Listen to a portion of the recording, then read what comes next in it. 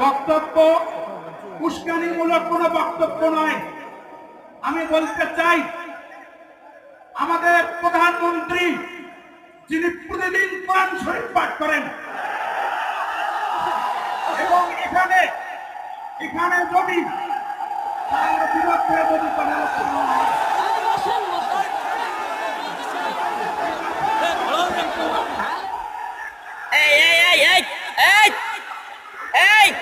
শুনেন শুনেন, এই বাবা, এই বাবা, বাবা, এই চেয়ারম্যান সাহেব,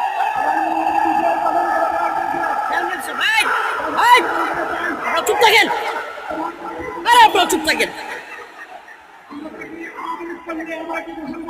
আচ্ছা আচ্ছা, সালামু আলাইকুম। এই চেয়ারম্যান সাহেব, আমি বলতেছি, প্লিজ প্লিজ, এই চেয়ারম্যান সাহেব,